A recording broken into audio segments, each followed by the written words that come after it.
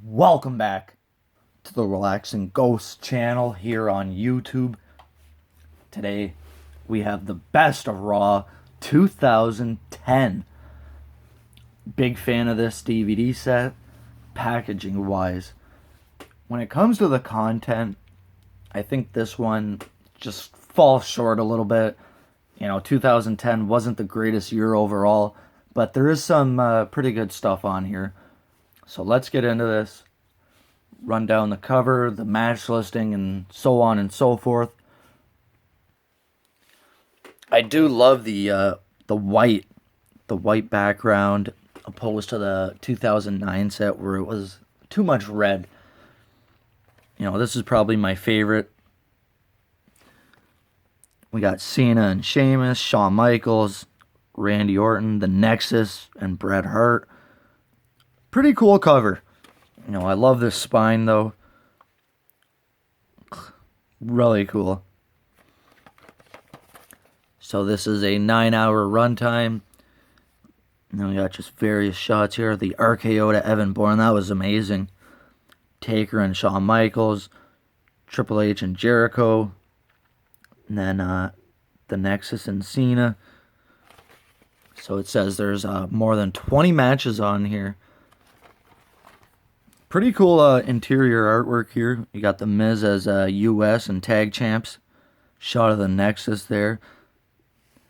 You got Darren Young, Heath Slater, David Otunga, Wade Barrett, Ryback, who was Skip Sheffield, Justin Gabriel, and I believe Michael Tarver, right? I'm pretty sure that's his name. And only in WWE now, I believe, are these three. Otunga and Heath Slater, and I'm not sure what Darren Young's doing. I believe Fred Rosser is doing his own thing. And of course, we got Cena, Orton, and Shawn. This was during the retirement of Shawn Michaels. So it did come with a few extras here. I'm not sure if it came with a insert match listing or not, but I made my own. Got the 2011 pay-per-view schedule. So they were planning a Fatal 4-Way show, which they did not do, thankfully. And a Bragging Rights 2011, which also did not happen.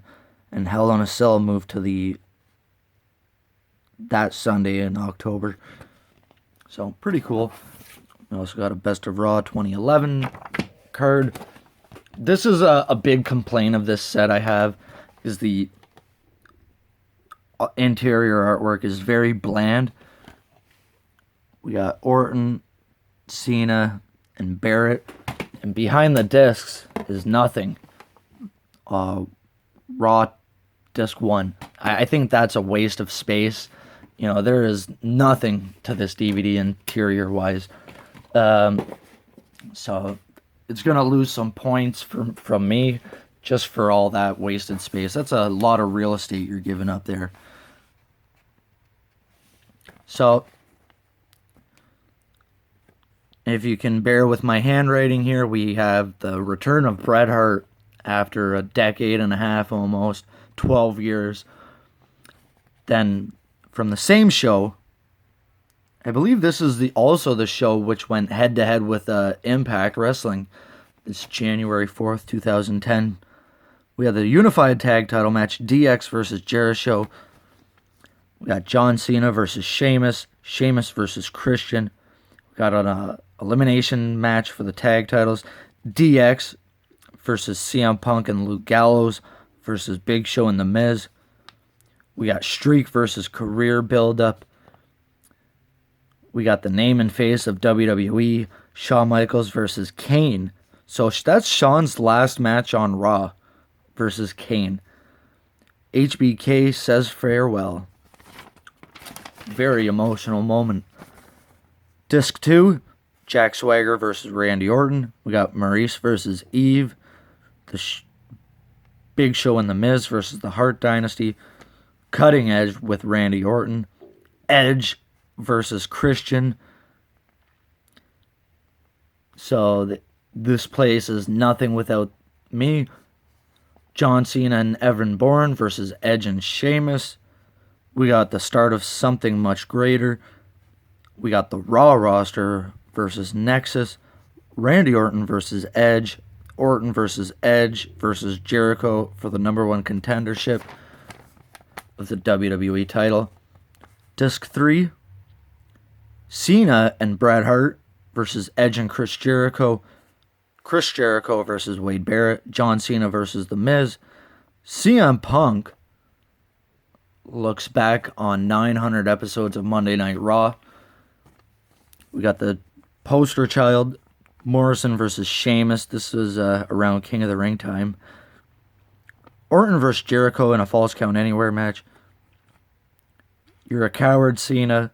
Bryan versus Ziggler in a Champion versus Champion match.